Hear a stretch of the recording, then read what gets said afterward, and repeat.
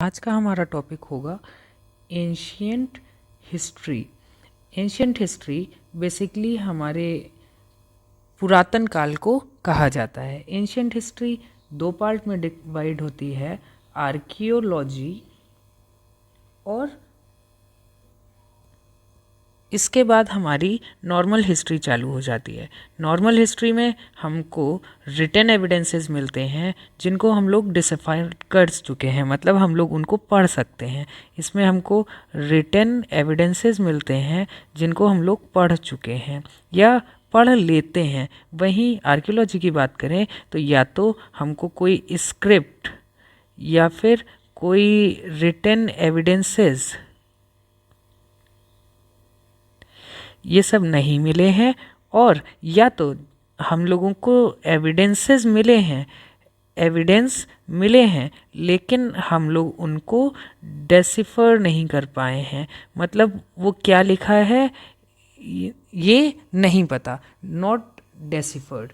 ठीक है। इसके बाद अगर हम लोग आर्कियोलॉजी की बात करें तो आर्कियोलॉजी को हम लोग तीन चीज़ों में डिवाइड कर सकते हैं। आर्कियोलॉजी को हम लोग तीन पार्ट में डिवाइड कर सकते हैं, जिसमें से पहला है स्टोन एज, दूसरा है कॉपर एज और तीसरा है ब्रॉन्ज एज।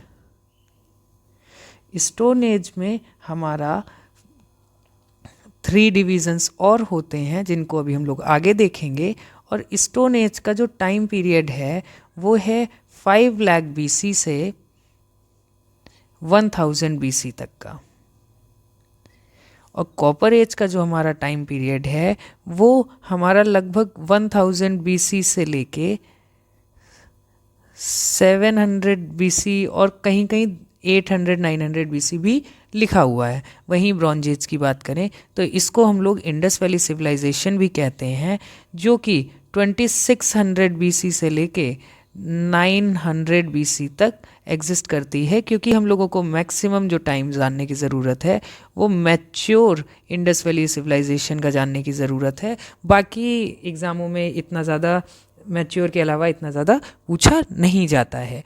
वहीं अब अगर हम लोग स्टोन एज पे आएँ और स्टोन एज के बारे में देखें तो स्टोन एज में भी हमारे 3 सब डिविजन्स होते हैं। पहला आता है palaeolithic age, palaeolithic stone age, या पैलियोलिथिक एज लिखना भी ठीक रहेगा क्योंकि लिथिक का इसमें मतलब क्या होता है, स्टोन। और वहीं दूसरा हमारा आता है मीज़ोलिथिक, मीज़ोलिथिक एज, और तीसरा आता है नियोलिथिक एज। नियोलिथिक एज को अगर और हिंदी में देखें तो नव पाषाण काल, और मीज़ोलिथिक हो गया मध्यम पाषाण काल। ठीक है। और अगर हम लोग पैलियोलिथिक की बात करें तो पैलियोलिथिक का टाइम पीरियड 5 लाख BC से लेके आपका 10,000 BC तक रहता है। वहीं मीज़ोलिथिक की बात करें तो इसका टाइम पीरियड लगभग 9000 BC से लेके 4000 BC तक रहता है। और अगर हम लोग नियोलिथिक एज की बात करें तो नियोलिथिक का टाइम पीरियड 7000 BC से लेके 10,000 BC तक रहता है। अब आप लोगों को ये लग रहा होगा कि मैं ये BC क्या लिख रहा हूँ।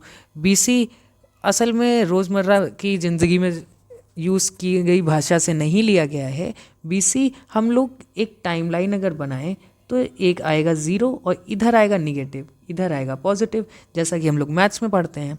तो 0 को हम लोग लेते हैं birth of Christ, birth of Christ, और जो समय हम लोगों का उससे पहले का है उसको हम लोग BC से डिनोट करते हैं, मतलब बिफोर क्राइस्ट।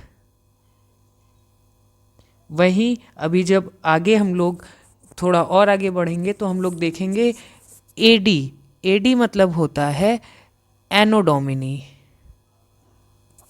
एनो डोमिनी, AD हमारा एनो डोमिनी कहलाता है। अब अगर हम लोग ने अभी देखा कि स्टोन एज में पैलियोलिथिक, मीज़ोलिथिक, नियोलिथिक होता है, वैसे ही अब पैलियोलिथिक एज की अगर हम लोग बात करेंगे, पैलियोलिथिक एज जो कि 5 लाख बीसी से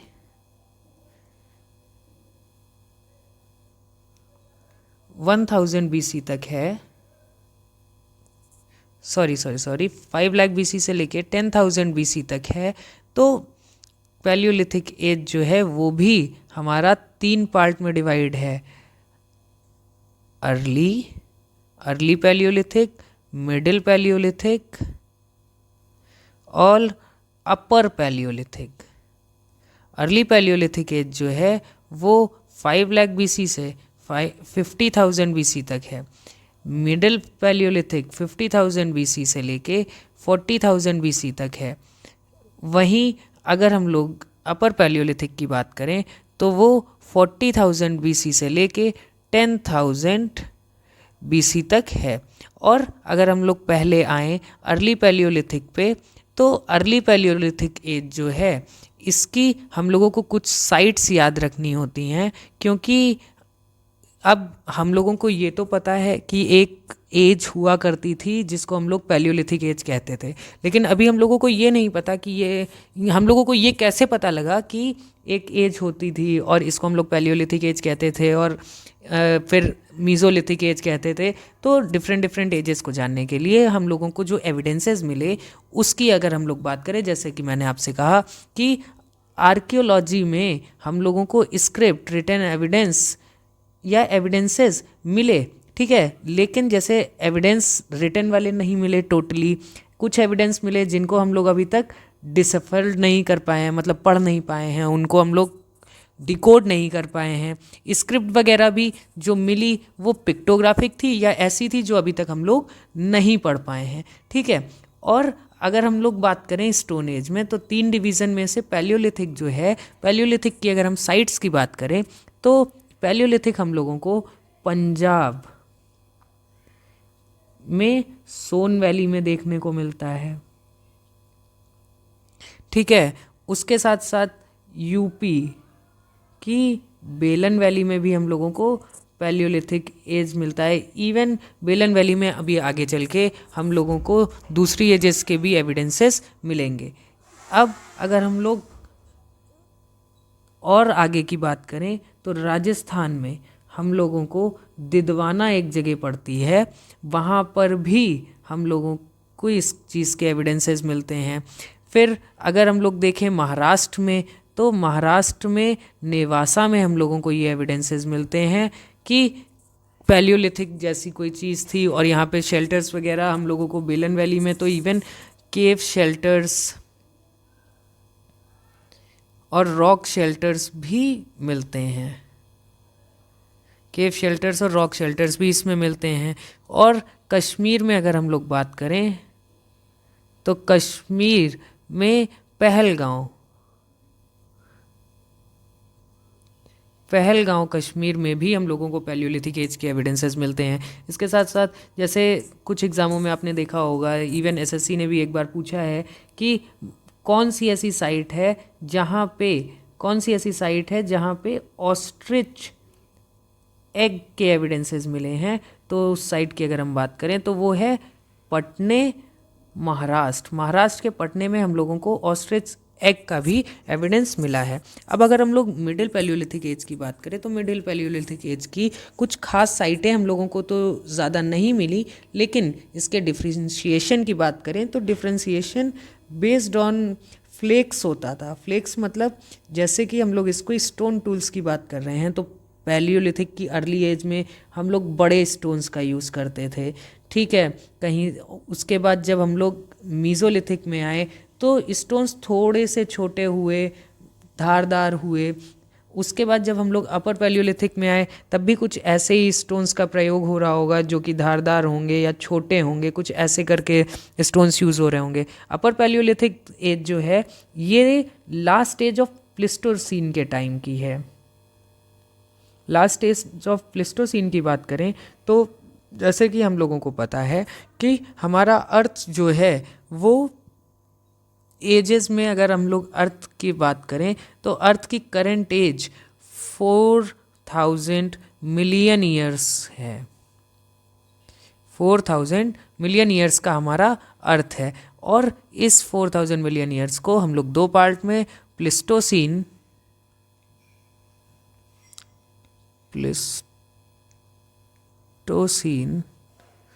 और होलोसीन, इन दो पार्ट में डिवाइड करते हैं। प्लिस्टोसीन को हम लोग आइस एज के नाम से जानते हैं, जब हमारे अर्थ का टेम्परेचर बहुत ज़्यादा ठंडा था और उसके वजह से ज़्यादा फ्लोरा फोना ये चीज़ें हमारे अर्थ पे नहीं पाई जाती थी।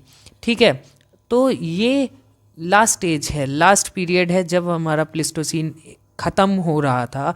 इसी में हम लोगों को होमोसेपियंस, जो कि हम लोग खुद हैं, उनके एविडेंसेस भी इसी एज में हम लोगों को मिले। फिर अगर हम लोग साइट्स की बात करें तो साइट्स में हम लोगों को यहाँ की बहुत इम्पॉर्टेंट साइट है भीमबेटका। इसका पता होना हम लोगों को बहुत ज़्यादा ज़रूरी है, क्योंकि यहाँ पे रॉक केव्स, रॉक पेंटिंग्स वगैरह यहाँ पे मिली, केव शेल्टर्स, केव पेंटिंग्स वगैरह मिली। उसके साथ साथ अगर हम लोग महाराष्ट्र की किसी साइट की बात करें तो महाराष्ट्र के इनाम गांव में भी हमको इस एज के एविडेंसेस मिले। और इस इनाम गांव के लिए आपको एक चीज़ और ज़रूरी है याद करना कि ये गौड़ रिवर के पास में है, ये गौड़ रिवर के पास में है। इसके बाद नेवासा, जैसे कि हम लोगों को अपर पैलियोलिथिक में मिला, लोअर पैलियोलिथिक में मिला था, वैसे ही नेवासा महाराष्ट्र में भी हम लोगों को अपर पैलियोलिथिक के एविडेंसेस मिले। उसके साथ साथ दिदवाना राजस्थान, जहाँ पे हम लोगों को पहले लोअर पैलियोलिथिक या अर्ली पैलियोलिथिक के एविडेंसेस मिले थे, वहीं हम लोगों को अपर पैलियोलिथिक के भी एविडेंसेस मिले। और इसका डिस्टिंक्शन बेसिकली जो होता है वो फ्लिंट्स से किया जाता है। फ्लिंट्स क्या होते हैं? फ्लिंट्स बहुत छोटे छोटे स्टोन्स होते हैं, मतलब ज़्यादा बड़े नहीं, छोटे स्टोन्स होते हैं। इसके बाद अगर हम लोग दूसरे पार्ट पे अपने चलें और मीज़ोलिथिक एज की बात करें, मीज़ोलिथिक एज की बात करें तो मीज़ोलिथिक एज को हम लोग मिडिल स्टोन एज कहते हैं। और ये एक ट्रांजिशन पीरियड था, जैसे कि मैंने आपको बताया कि अपर पैलियोलिथिक के टाइम पे प्लिस्टोसीन एज का एंड हो रहा था। अगर अपर पैलियोलिथिक के टाइम पे प्लिस्टोसीन एज का एंड हो रहा था तो हमारा कुछ शुरू भी हो रहा होगा। तो मीज़ोलिथिक एज में ये एक ट्रांजिशन पीरियड है, जब हमारे अर्थ का जो टेम्परेचर है वो इंक्रीज़ हो रहा था, जिसकी वजह से अर्थ पे फ्लोरा एंड फौना भी बढ़ रही थी। फ्लोरा और फौना भी बढ़ रही थी, मतलब प्लांट्स, एनिमल्स वगैरह भी बढ़ रहे थे। मीज़ोलिथिक एज में हम लोगों को साइट से पहले ये जानना ज़रूरी है कि मीज़ोलिथिक एज का मेन डिस्टिंग्विश फीचर जो है वो माइक्रोलिथ्स होते हैं। अब ये माइक्रोलिथ्स क्या है? Microliths basically small stone tools हैं। माइक्रोलिथ्स स्मॉल स्टोन टूल्स हैं जो कि आदमगढ़ एमपी में हम लोगों को प्रिवलेंट बहुत ज़्यादा मिले। उसके साथ साथ इसके कुछ टूल्स हमको बागौड़ राजस्थान में भी मिले। बागौड़ राजस्थान में इवन हम लोगों को अर्लीस्ट एनिमल डोमेस्टिकेशन भी बागौड़ राजस्थान में देखने को हम लोगों को मिलता है। Animal domestication. इसके बाद अगर हम लोग मीज़ोलिथिक एज की कुछ साइट्स की बात करें कि हम लोगों को इन माइक्रोलिथ्स टूल्स के अलावा कहाँ कहाँ से एविडेंसेस इसके मिले, तो पहली साइट हम लोगों के ध्यान में आनी चाहिए लंगगंज, जो कि गुजरात में है। ठीक है, उसके बाद फिर भीमबेटका, जहाँ पे हम लोगों को अपर पैलियोलिथिक के साक्ष्य भी मिले।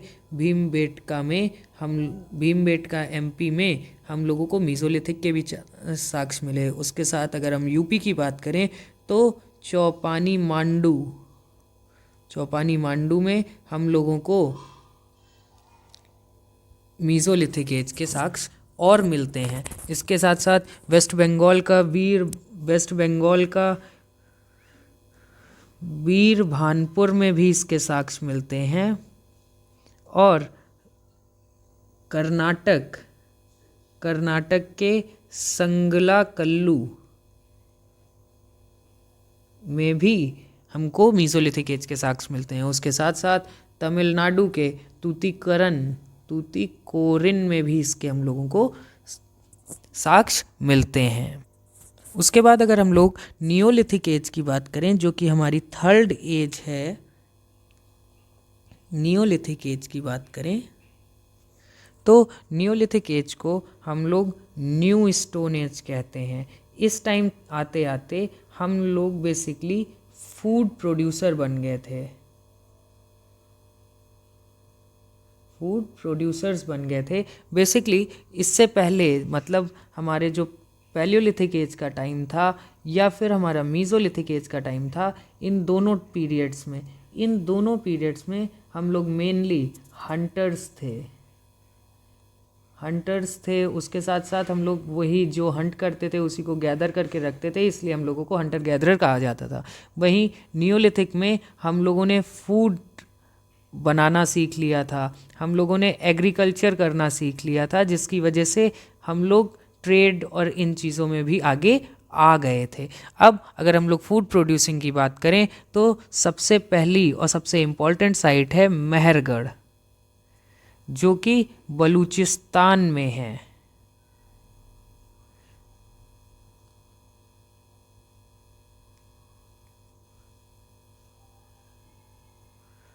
मेहरगढ़ जो कि बलूचिस्तान में है, यहाँ से हम लोगों को राइस, वीट एंड बार्ले के एविडेंसेस मिले। राइस, वीट और बार्ले के एविडेंसेस मिले। इवन हम लोगों को यहाँ से कॉटन का भी एविडेंसेस मिला। किसी बॉक्स वगैरह में बंद होगी उसकी वजह से हम लोगों को मिल गया, क्योंकि इतना टाइम तो हम सबको भी पता है कि इतने टाइम में तो कॉटन डिकम्पोज हो जाती, लेकिन वहाँ पे हम लोगों को मिला। उसके साथ साथ अगर हम लोग साइट्स की बात करें तो बुर्जा होम और गुफ्रकाल, ये दोनों हमारी जम्मू एंड कश्मीर की साइट्स हैं। यहाँ बुर्जा होम में हम लोगों को पिट ड्वेलिंग मिली। बेसिकली किसी, जैसे हम लोग इस समय घरों में रहते हैं, दीवारें होती हैं, वैसे ही ये लोग ग्राउंड, अगर ये ग्राउंड है तो उस समय ये लोग गड्ढा खोद के इसके अंदर रहा करते होंगे, इसलिए पिट ड्वेलिंग्स हम लोगों को यहाँ से मिली। उसके साथ साथ हम लोगों को बुर्जा होम से ही वेपन्स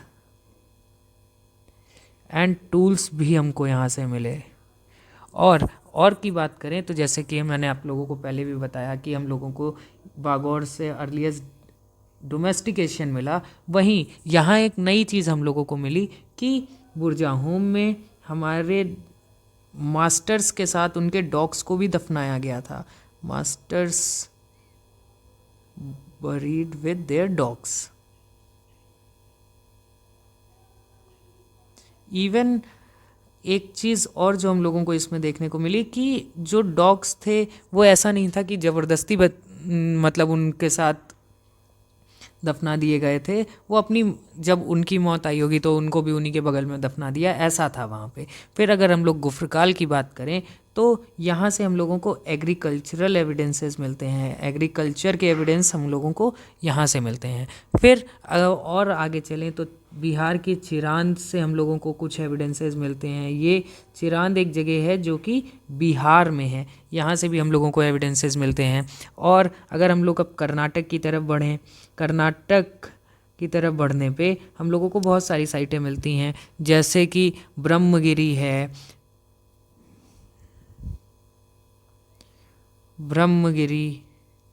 और मस्की, हल्लूर,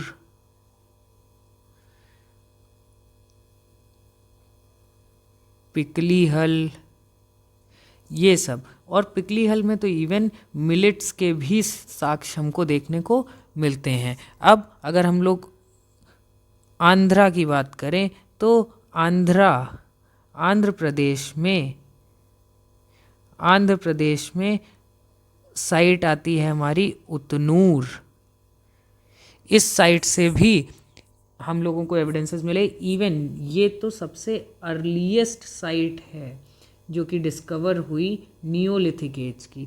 ठीक है, इसके बाद हम लोगों का तमिलनाडु के पय्यमपल्ली में हम लोगों को साइट्स मिली। और पय्यमपल्ली के बारे में एक बात जान लेना ज़रूरी है कि ये कावेरी रिवर के पास में है, कावेरी रिवर के पास में है। और अगर अब हम लोग और आगे बढ़ें तो अब सबसे पहले उत्तर प्रदेश देखें तो उत्तर प्रदेश की बेलन वैली, जहां हम लोगों को स्टोन एज के बहुत सारे साक्ष्य पहले से ही मिलते हुए आ रहे थे, वहाँ पे हम लोगों को कोल्डीवा नाम की जगह से हम लोगों को राइस के एविडेंसेस मिले। कोल्डीवा नाम की जगह से हम लोगों को राइस के एविडेंसेस मिले। और एक स्टोन है जिसको हम लोग जेडाइट स्टोन कहते हैं, ये हम लोगों को डाउजी हाल्डिंग नाम की जगह से मिला, जो कि आसाम में है। डाउजी हार्डिंग नाम की जगह से मिला जो कि आसाम में है।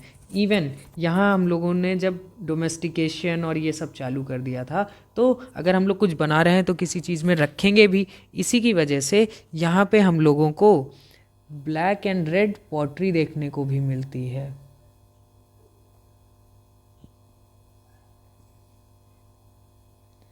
ब्लैक एंड रेड पॉटरी देखने को मिलती है। फिर अगर इसके बाद हम लोग आज की क्लास की आखिरी एज पे चलें तो वो आ जाता है चाल्कोलिथिक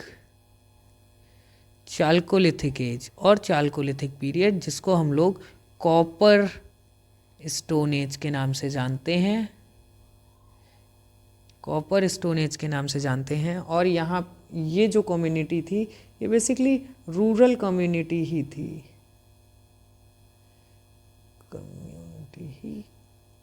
ये एक रूरल कम्युनिटी थी, मतलब गांव जैसा ही परिवेश यहाँ पे बन रहा था। उसके साथ साथ अब अगर हम लोग इसके बारे में और जानना चाहें तो यहाँ पे जैसे कि हम लोगों को हिंदू धर्म में जला के उसके बाद फिर गंगा में प्रवाहित करते हैं, वैसे ही अर्न बरियल यहाँ पे मिला।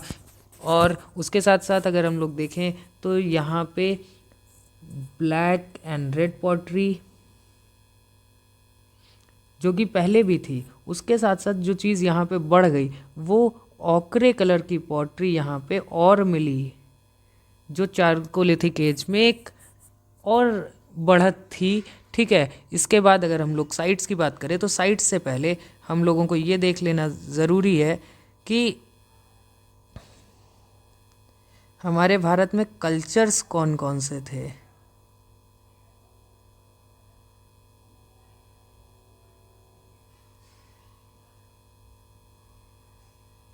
कल्चर मैप पे ही देखते हैं तो ज़्यादा अच्छा रहेगा। यहाँ पे राजस्थान वाले एरिया में हमारा 2 कल्चर थे। पहले तो गानेश्वर जोधपुर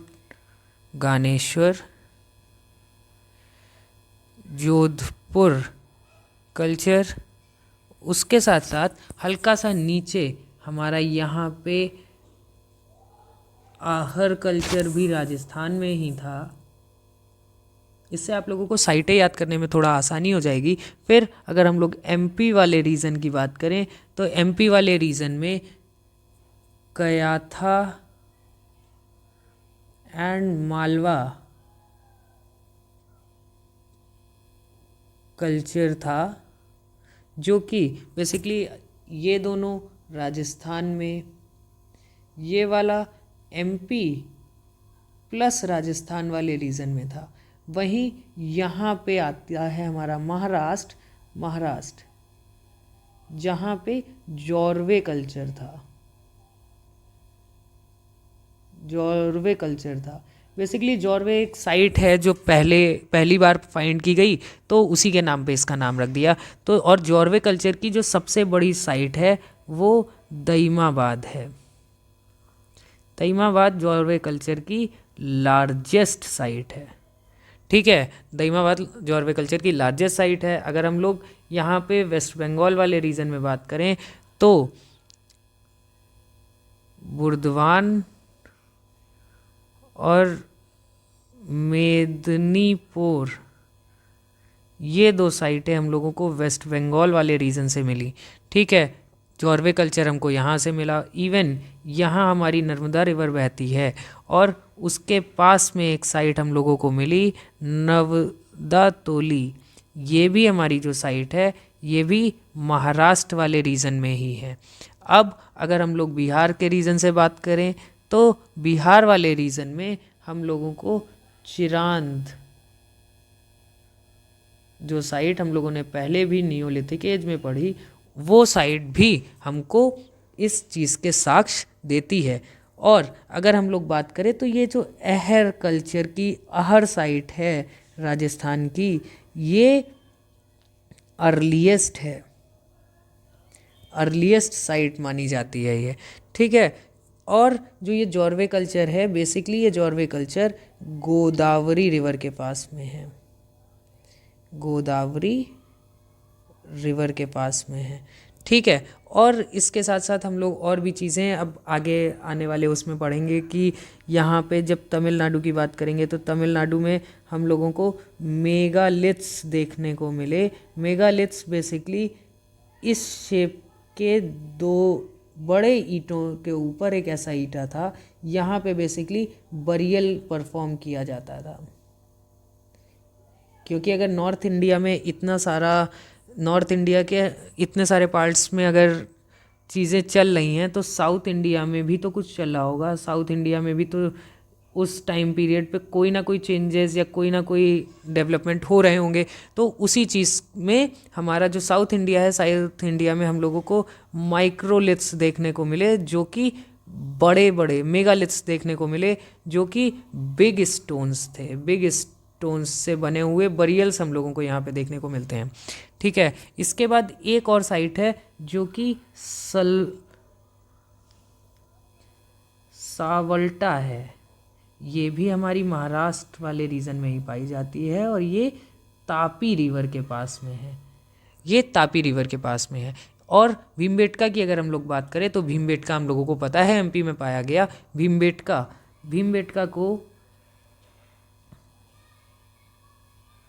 भीमबेटका एमपी में पाया गया। उसके साथ साथ भीमबेटका को ढूंढने वाला कौन था? भीमबेटका को वीएस व कंकड़ ने ढूंढा। और अगर भीमबेटका को वीएस व कंकड़ ने ढूंढा तो इसमें उन्होंने क्या ढूंढा? इसमें इन्होंने बेसिकली रॉक पेंटिंग्स ढूंढी। उसके साथ साथ अगर हम लोग देखें कि ह्यूमन का प्रोटोटाइप, ह्यूमन का प्रोटोसिटी, ह्यूमन की प्रोटोसिटी कटल हुयूक में मिली, जो कि तुर्की में है। बेसिकली पहले हम लोग इसको टर्की नाम से जानते थे, लेकिन अब इसका नाम बदल के तुर्की कर दिया गया है। तो आज के लिए बस इतना ही। अब इसके आगे हम लोग नेक्स्ट जो वीडियो मैं पोस्ट करूँगा उसमें हम लोग इंडस वैली सिविलाइजेशन के बारे में पढ़ेंगे। Thank you.